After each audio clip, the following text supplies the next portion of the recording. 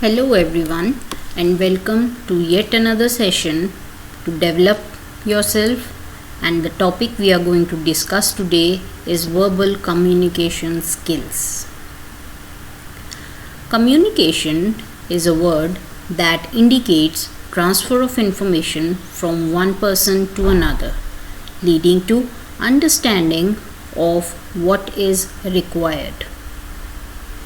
We usually use communication in daily life. It can be for some personal work or it can be for official work. And in all the cases, this communication can be done using these elements. The first is voice, that is vocal or speaking. It includes quality, that is tone, pauses, that is pace and voice modulation, and the words through which we communicate and transfer of the information is that was required. The next element is visual or gestures. This includes body movements like eye contact, posture, facial expression, hand gestures, etc. And the third thing is written. It includes written words, that is in the form of letters, messages, emails, etc. So all these three are used, and mostly we need to study them because in official environment all these three elements are very important. In today's session we'll only discuss the vocal part, that is the speaking part. Good communication is not talking a lot, but about talking sensible and clear. You need not to throw words to pass on an information. Just use what is required. For effective verbal communication, you should know the topic of conversation and stick to it.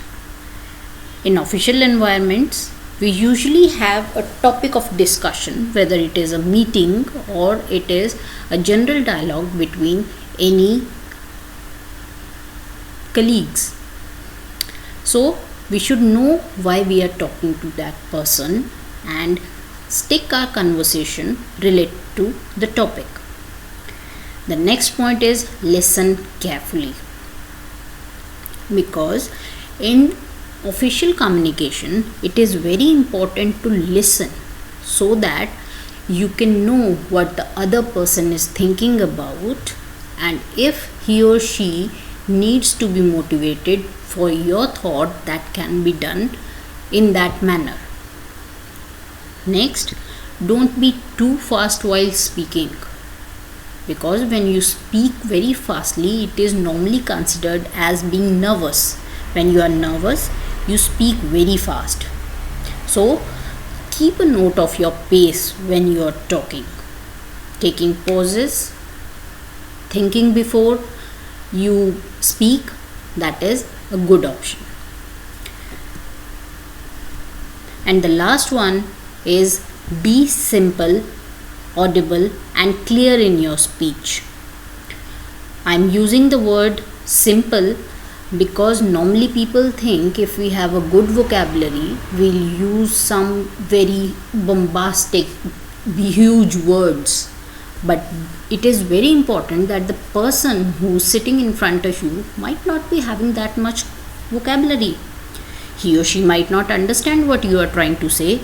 So it is better to use simple words but the contextful words rather than showing your good vocabulary. Then you should be audible. Your volume should be enough so that you can be heard, and you should be clear in your speech. When you're speaking out, your words should not muggle up in your mouth.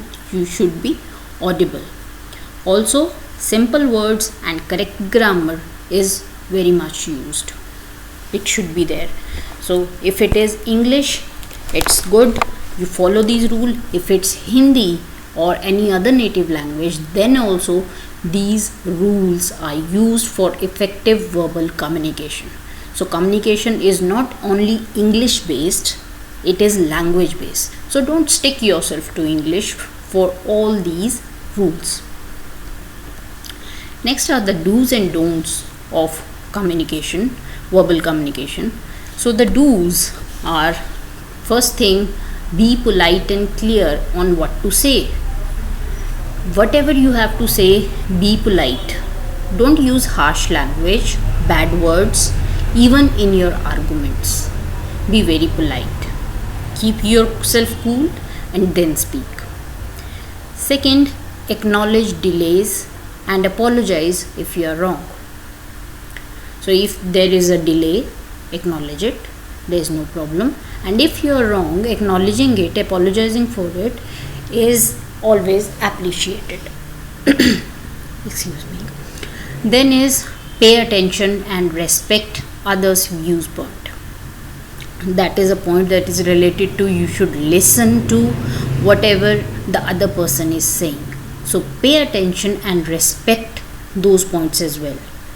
You might have a viewpoint, the others might have another viewpoint. It is possible that you are having a good point, and it is also possible the other is having a good point. So listen carefully, and according to the situation, use the viewpoints rather than making it to your ego. It is my point and it will be used. Don't go for it. Then listen more and talk less. Listening more is always important, so that you have a lot many ideas, and out of those ideas you can pick up the one that is best. So you should listen to everything that comes to you. Talk a bit less but contextful. For don'ts, don't take another's anger personally, especially in official environments. The anger is always about official work. It is not for you as a person, so don't take it personally. Don't respond anger for anger. Keep yourself cool, be polite. Avoid forcing your idea. Listen to others' viewpoint, and according to the requirement of the situation, take a decision. And lastly, if you don't know about a topic, it's better to keep quiet rather than talking unnecessarily and appearing stupid. So in a meeting, if there is a point that is being raised by someone and you don't have an idea about it, listen to it and be very clear on this point. If you are asked for your views, you don't know the topic, tell I don't have an idea about it, so that you don't appear stupid in front of your colleagues that you don't know the topic and unnecessarily you are talking about it. The person who knows know that you are talking rubbish. In daily life or in official environments, there are certain situations that are difficult. So if the other person is having an opposite view, in what can you do? You can disengage from that conversation or have a compromise. It's better to disengage rather than having a heated argument. Disengage or compromise on that point. If the other person is disinterested, you can always check out the body language of the other person. If the person is disinterested in the topic you are having, then change the topic. Obviously, in meetings you cannot change the topic, but when you are having a conversation on certain topic, you can change the topic. If the person is sensitive on a topic, apologize and shut the topic. If the other person is getting disturbed, you can visualize it from body gestures or the way the person is responding. Stop talking about it. So this is all from my side for this session. Thank you. Verbal communication is an art. Learn it well and you will grow. So let's see if you have understood my viewpoint or not. Speaking clearly and politely in communication.